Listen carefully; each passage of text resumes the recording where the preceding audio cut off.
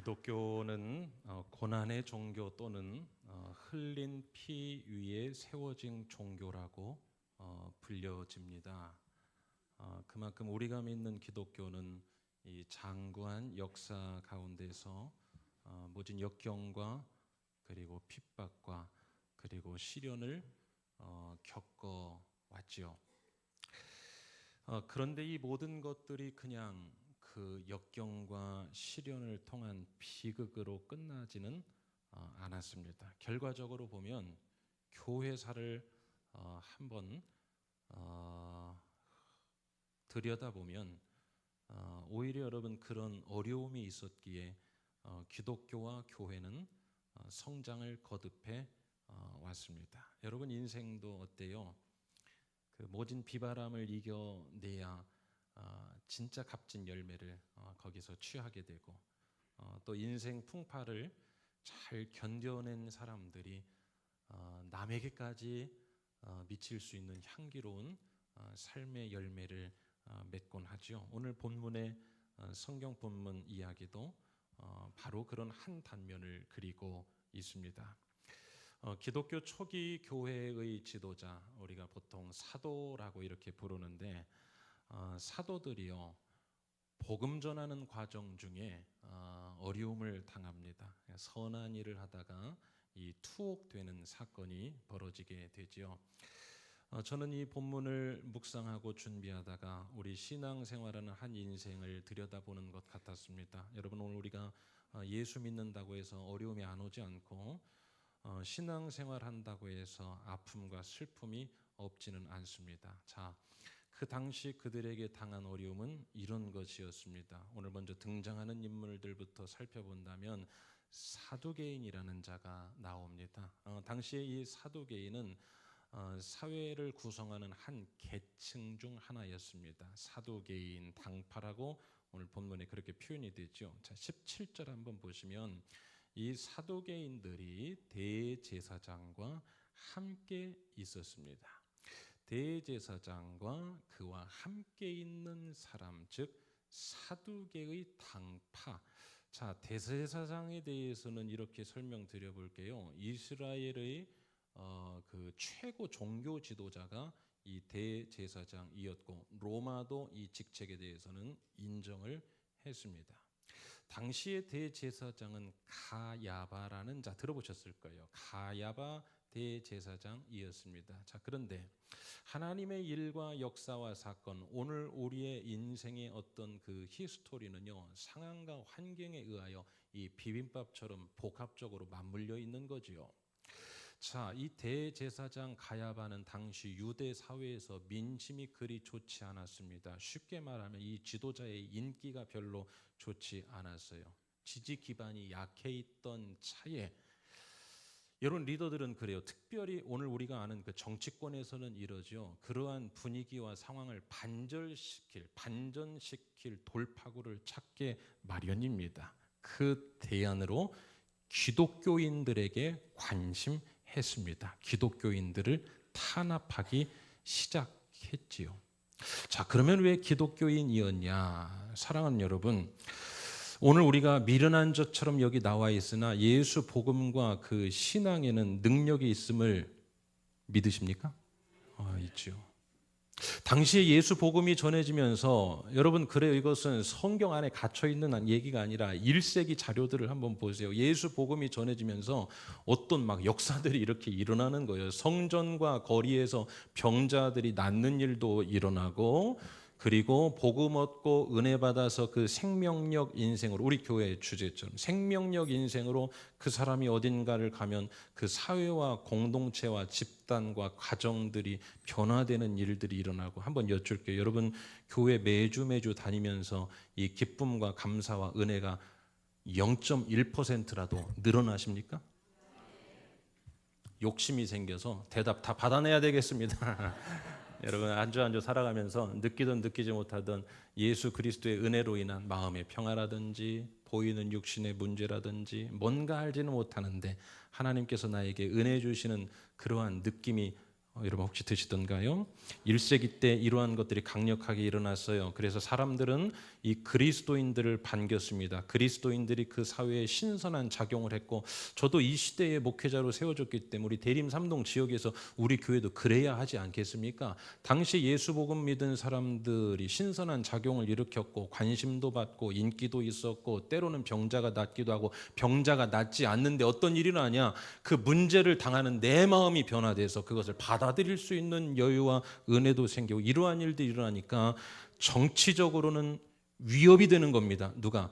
대제사장과 기득권 세력들이. 특히나 이들에게는 부활이라는 신앙이 있어서 죽어도 산다라는 그 신앙과 신념이 이들을 통제할 수 없게 만들 수도 있겠다라는 생각에 유대교의 이단이라는 프레임을, 참 정치권에서 그 비열한 방법 중에 하나죠. 프레임을 딱 씌워서, 유대교의 이단이라는 프레임을 딱 씌워서 이 기독교인들을 잡아서 가두기 시작했는데 누가 앞장섰냐? 17절에서 봤죠. 대제사장과 기득권 핵심 세력과 그리고 힘을 합세하기 위해서 사두개인 당파들이 지금 모여서 힘을 합세해서 기독교인들을 잡아 넣습니다. 자, 사도들을 잡아 핍박하기 시작한 것이요. 17절 다시 읽겠습니다. 대제사장과 그와 함께 있는 사람, 즉 사두개인의 당파가 다 마음에 뭐가 가득하여? 시기가 가득하여. 내가 인기가 있고 내가 여유가 있으면 봐줄 수 있죠. 그런데 인기가 떨어지고 민심이 이반되고 이런 상황이라 그 기독교인들이 인기가 높아가고 막 사회의 어떤 일들이 막 꿈틀꿈틀, 여러분 생명 들어가면요 어떤 일이 분명히 일어납니다. 오늘 예배하다가 여러분 생명력이 여러분 개인과 가정과 마음에 들어가서 이번 한 주간도 어떤 일인지는 모르지만 꿈틀꿈틀 생명력 일어나는 일이 있게 되시기를 주의 이름으로 축원합니다. 자, 이렇게 되니까 이 사람들이 막 시기가 가득한 거, 질투가 일어났다 이 말입니다. 잘못하면 우리 자리까지 이거 위협받겠다. 그래서 시기가 가득하여 이들을 잡아오게 가둡니다. 여러분 그 17절에 시기가 가득하다 색깔로 표현했는데, 이 시기가 가득이라는 표현이 사도행전에서 또 나옵니다. 어딜까요? 성령이 충만하다 할 때 그 충만도 이 가득하고 같은 표현으로 되어 있습니다. 그러니까 여러분 사도행전은 누가 지었습니까? 아니 질문에 답을 알려줘도 못 맞춰요. 사도행전은 누가 지었습니까? 누가지요? 누가라는 제자가. 이 누가라는 저자는 의도한 것 같아요. 여러분 글을 잘 쓰는 사람들은 복선도 깔아놓고 행간을 통하여 이야기하는 것들도 있고 그냥 단순한 문장 가운데 뉘앙스와 의도를 실은 것도 있죠. 오늘 이 사도행전의 혁혁한 승리를 극대화하기 위하여 지금 대조적인 표현을 써놓은 겁니다. 한쪽 편은 뭐가 충만? 성령이 충만해서 복음 전하고 신앙적으로 사는데 어디로 갔고? 감옥으로 갔고. 다른 한쪽은 뭐가 충만했어요? 시기가 충만하는데 이 사람들은 어떻게 살아갑니까? 기득권층을 유지하고 힘이 있고 기독교인들 맘만 먹으면 그냥 잡아다가 감옥에 집어넣을 수 있고. 이 누가라는 저자는 이 두 가지를 지금 대비시켜 놓은 겁니다. 여러분 이것을 보면서 저는 오늘 우리 신앙인들이 살아가는 인생을 보게 되었습니다. 우리 인생 가운데 성령이 충만할 때도 있어요. 하나님께서 이끌어 가시는 아름다운 일들이 충만할 때도 있습니다. 그러나 꼭 그렇지만 않아요. 같은 하늘 같은 시간에 이 두 개가 양립될 수가 있습니다. 어려움이 충만할 때도 있고, 나는 믿음으로 살아가려고 하는데 외부에서 닥치는 상황과 문제들은 그야말로 어둠이 충만할 때도 있다 이 말이죠. 자, 같은 충만을 기록했는데 한쪽은 성령 충만, 다른 한쪽은 시기 충만, 이 두 개가 오늘 대립하는 상황, 혹시 저와 여러분의 상황은 아니겠습니까? 이 대결 구도 가운데 여러분 한번 묻겠습니다. 어느 쪽이 지금 강할 것 같습니까? 어느 쪽이 승리할 것 같으세요? 대단한 굉장한 권력자가 몰려있는 시기 충만 쪽이 이길 것 같습니까? 아무것도 내놓을 것 없는 그저 미련해 보이는 지금 감옥에 들어가 있는 이 성령 충만한 자 쪽이 이길 것 같습니까? 묻고 묻거나 마나죠. 명약관화한 사실입니다. 자, 한번 봅시다. 18절 사도들을 잡아다가 옥에 가두었지요. 이 옥에 대해서는 한글 표현으로는 옥이라고밖에 쓸 수가 없습니다. 그러나 헬라어 표현에는 이 옥에 대한 표현이 두 가지가 있습니다. 저기서 쓰인 옥은요, 공적 감옥을 말합니다. 그 이야기는 뭘까요? 사적 감옥, 개인의 사설 감옥도 있었다는 거죠. 자, 공적 감옥에 사도들을 가두어 두었습니다. 왜 공적 감옥이라는 표현을 썼을까 강조하고 싶었어요. 지금 사도들은 굉장히 중한 위기 가운데 처했다. 삼엄한 경비가 있었다. 공적 감옥은 그랬습니다. 그리고 공적 감옥이 당시에 무서웠던 이유는 이것 때문이었죠. 공적 감옥이라는 것은 재판을 앞두고 있다. 이런 표현. 재판을 앞두고 있습니다. 이대로라면 지금 분위기라면 의도해서 잡아넣었기 때문에 중형이 선고될 게 뻔합니다. 게다가 이들은 변호해 줄 다른 누군가도 없었습니다. 그런데 여러분, 오늘 말씀을 읽다가 이러한 사도들의 중한 상황이고 공적 감옥에 있고 변호할 자 하나도 없고 나올 수 있는 가능성 하나도 없는데 저자 누가의 필체에 힘이 들어가 있는 이유는 이것 때문이 아닐까? 19절 때문이었습니다. 자, 우리 19절 다 같이 한번 읽어보시겠습니다. 시작. 주의 사자가 밤에 옥문을 열고 끌어내어 이르되. 자, 당시 상황으로 한번 우리가 들어가 봅시다. 감옥에 있는 그들, 밤에 잠이 왔겠어요? 여러분, 문제 작은 것 하나만 있어도 잠 잘 오시던가요? 그래도 우리 남편은 코 골고 잘 자던데요. 이러지 마세요. 일반적으로 사람은 걱정이 있으면 잠 안 옵니다. 저들은 초조했을 겁니다. 긴장되었을 겁니다. 불안했을 겁니다. 그리고 어쩌면 신앙에 대한 회의하는 이야기들이 여기저기서 나왔을지도 몰라요. 야, 뭐 예수 믿는데 이런, 우리가 여러분 자주 그러죠. 하나님이 뭐 계시기네. 그런 저들에게 누가 등장하냐? 주의 사자. 이 주의 사자를 쉽게 우리가 한번 천사라고 생각해 봅시다. 이들이 어떻게 해요? 옥문을 열어 젖힙니다. 그리고 끌어냅니다. 초자연적인 하나님의 기적이 일어났습니다. 자, 이 대목에서 야, 참 뻥도 심하다. 저것을 누가 믿겠느냐. 이러지 마시고, 사랑하는 여러분, 저는 더 설명은 못합니다. 오늘 말씀에 있는 저 말씀이 믿음으로 믿어지는 은혜가 있게 되시기를 주의 이름으로 축원합니다. 여러분, 사람이 말씀 믿어질 때가 있어요. 믿음은 은사라고 했어요.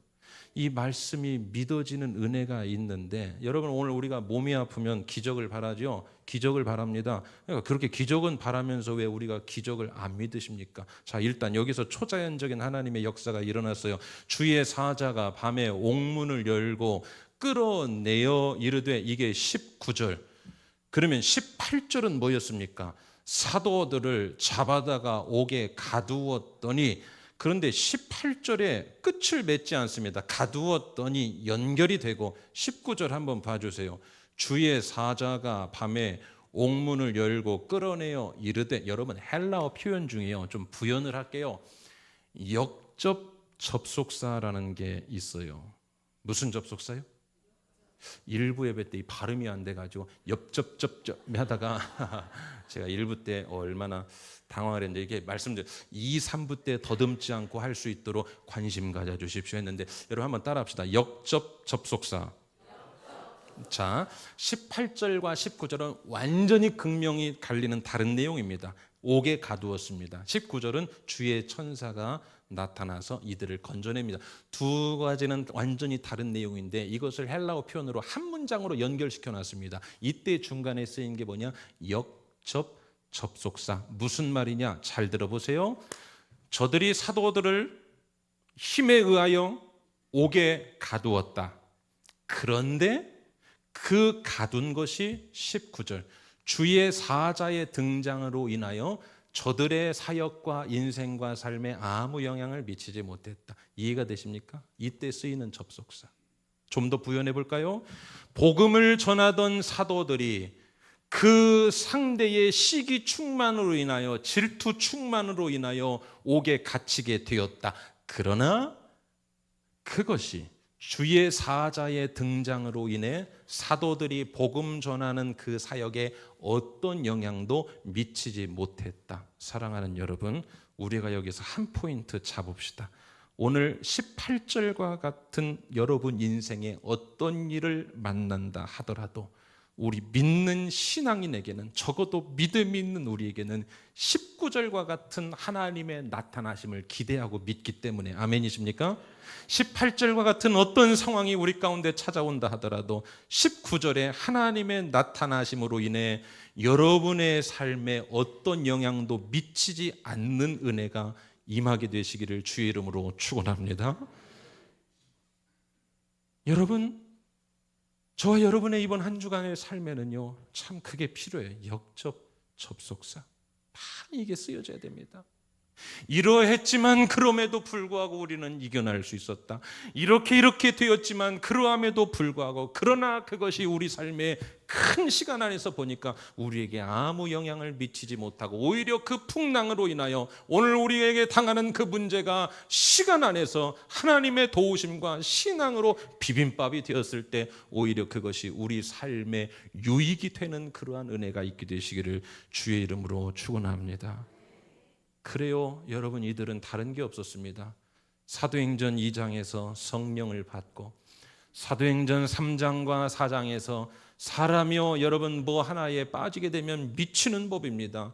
예수 복음을 들었더니 가진 자나 갖지 못한 자나 학식이 높은 자나 높지 않았던 자나 다 하나같이 그거에 빠져들어 미쳐요. 예수 복음을 전하고 자신의 삶을 유무상통 어떻게 합니까? 주변에 가난한 사람들이 그냥 보이지가 않는 거예요. 주변에 어려운 가정들이 그냥 보이지가 않는 겁니다. 신앙 없이 살아가는 암울하고 어두운 인생들이 남의 일처럼 보이지가 않는 거예요. 그래서 그들에게 복음을 전하고 선행을 베풀고 함께 좋아지는 이때 이들에게는 성령 충만이 있었으니, 사랑하는 여러분, 오늘 말씀 듣고 이번 한 주간 살아갈 때 하나님께서 여러분에게 무엇을 원하시는지를 잘 체크하시고, 자기 일 평생 하다가 그 일도 다 처리하지 못하고 가는 인생도 있고, 주의 일 생각하다가 주님께서 주의 사자의 나타나심으로 우리의 인생의 옥문을 열어 젖혀 주실 때가 있습니다. 후자의 인생, 이번 한 주간 되시기를 믿음으로 받으시기를 주의 이름으로 축원합니다.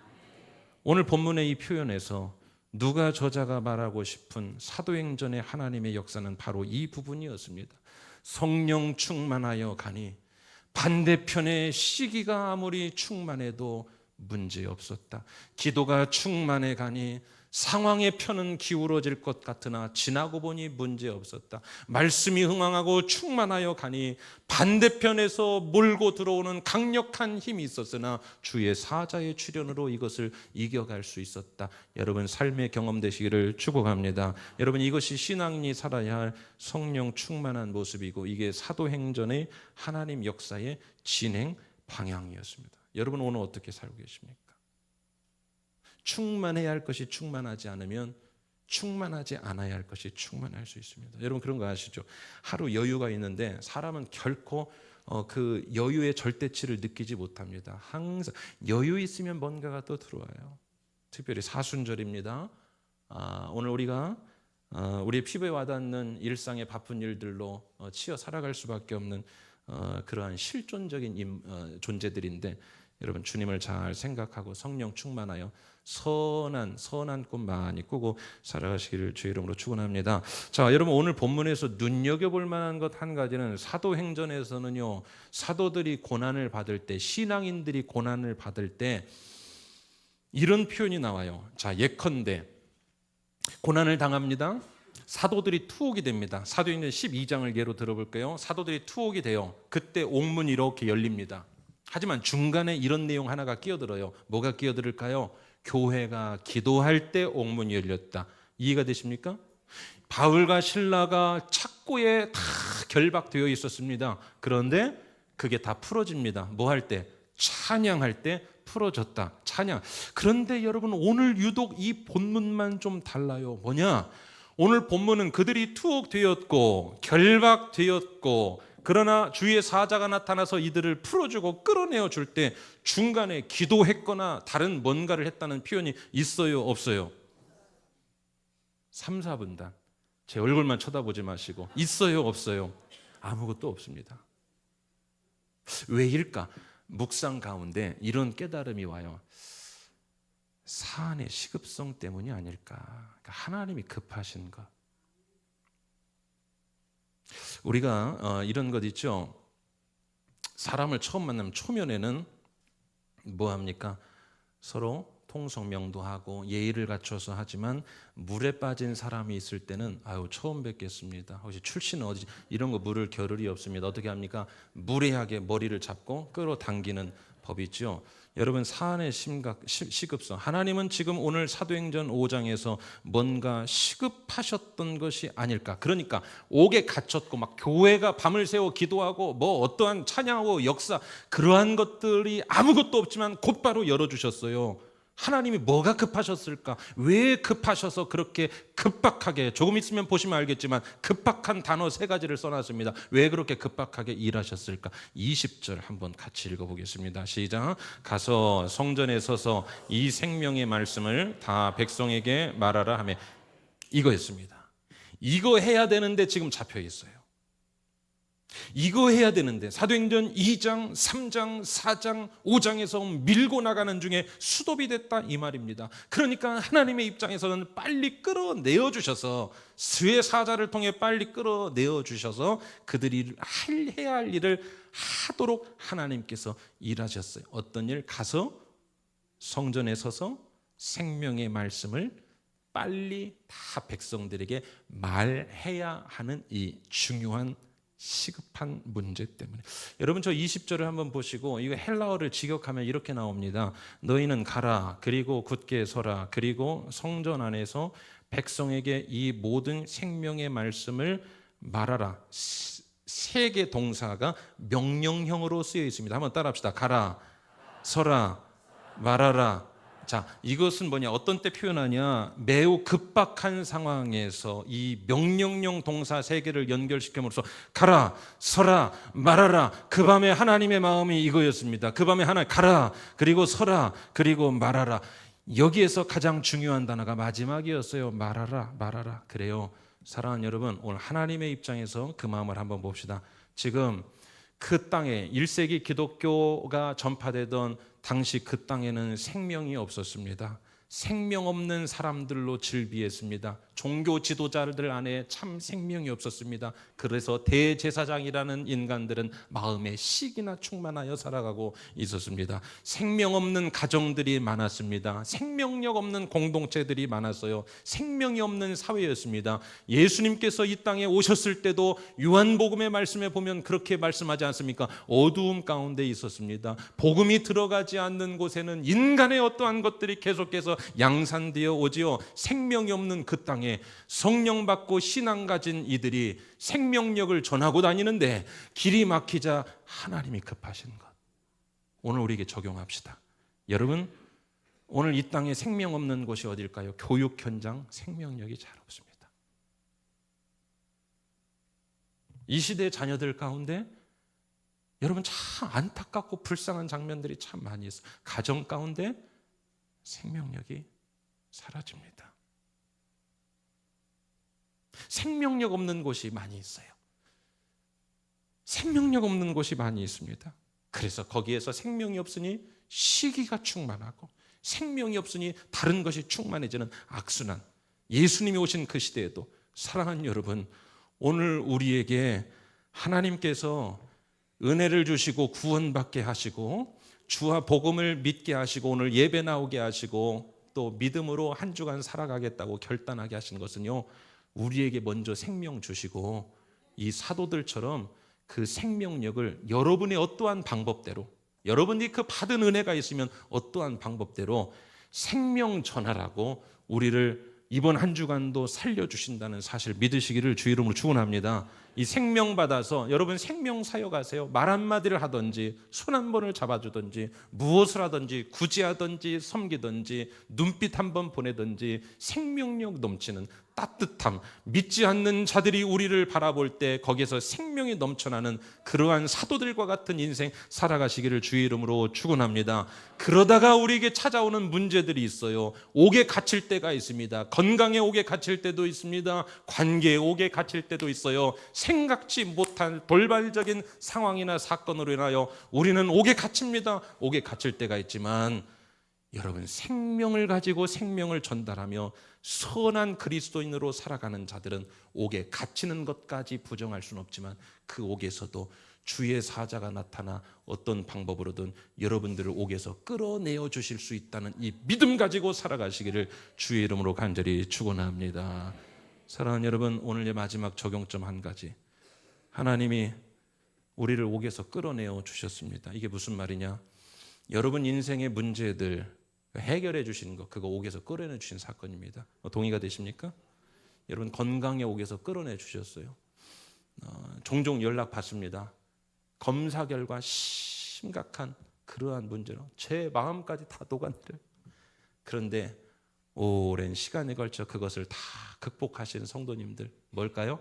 하나님이 건강의 옥에서 또 끌어내 주시고, 물질로 인하여 내일도 살아갈 수 없는 상황 가운데 하나님이 그래도 여기까지 연명하게 하시고 오늘 살아가게 하신 것들, 이거 볼까요? 옥에서 끌어내어 주신 겁니다.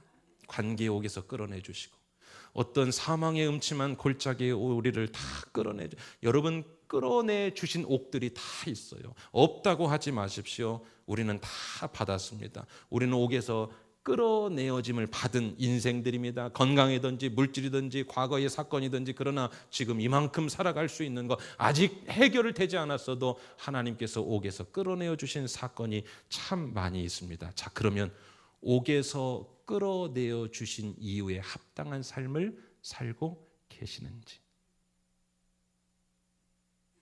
가라, 서라, 전하라, 그래서 너 끌어내 준 거야 라고 하는데, 여러분 오늘 우리는 어떻게 살아가는지 오늘 주님 앞에서 말씀 붙들고 심각하게 자신 한번 돌아보고 살아가시는 여러분 되시기를 주의 이름으로 축원합니다. 그 생명사역 잘 하시면요, 하나님은 어떠한 상황에서도 여러분을 또 옥에서 끌어내 주시고, 이렇게 하다가 주님 나라 갈 때까지 여러분 삶의 간증 많아지게 되시기를 주의 이름으로 간절히 축원합니다. 우리 찬양하시면서 결단하시고 또 그런 마음으로 봉헌하시고 우리 같이 결단 기도하시겠습니다.